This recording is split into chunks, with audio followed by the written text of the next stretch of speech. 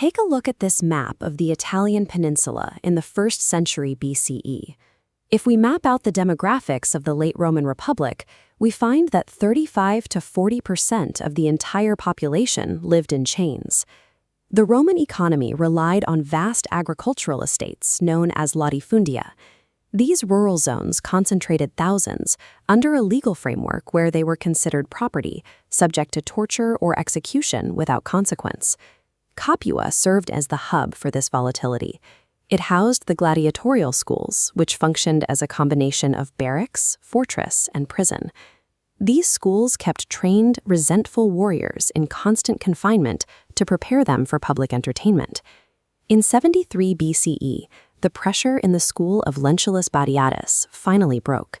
78 fighters fought their way out of the kitchen using whatever they could find: meat spits, choppers, and cleavers. This breakout released elite, combat-hardened veterans from Thrace and Gaul directly into the heart of Italy. Their escape transformed a localized criminal incident into a sophisticated military campaign led by trained tacticians. The gladiators established a defensive position on the slopes of Mount Vesuvius. The Roman Senate initially dismissed the threat as a minor raid, sending praetor Gaius Claudius Glaber with a militia of 3,000 men rather than formal legions. This map shows Glaber's strategy, relying on conventional siege tactics to block the single traversable path. Spartacus exploited the environment to bypass the blockade. His men wove wild vines into long ropes, rappelling down the steep, unguarded cliffs on the opposite side. The rebels circled the base and launched a rear attack on Glaber's camp. The resulting massacre and the capture of Roman military equipment provided the fugitives with the weapons needed to fight as a disciplined army. This victory established the blueprint for the war. Spartacus would consistently weaponize the terrain, use Rome's rigid military assumptions to dismantle his opposition. Following the victory at Vesuvius, tens of thousands of rural slaves and herdsmen flocked to the rebel banner. The force grew exponentially to an estimated army of 100,000 people. During the winter of 73 BCE, Spartacus established camps in southern Italy to manage this massive population. He utilized rural blacksmithing skills to forge weapons and armor from looted materials, sustaining a full-scale military infrastructure.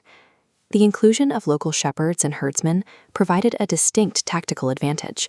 These men were already accustomed to survival in the wilderness, making them ideal scouts and mobile light infantry for the gladiator army.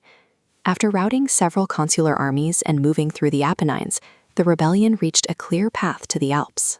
Despite the opportunity for escape, the army turned south back into the heart of Italy, likely due to internal pressure to continue plundering the rich countryside. The Senate viewed the gladiator army as a mobile counterstate. Spartacus had successfully built a massive, self-sustaining society within Italy that could survive and win against the Republic's highest military commands. To end the crisis, the Senate granted command to Marcus Licinius Crassus. He took control of an army that was demoralized and fearful of the invincible slave forces. Crassus restored order through decimation, executing 1 in 10 men within a cowardly unit.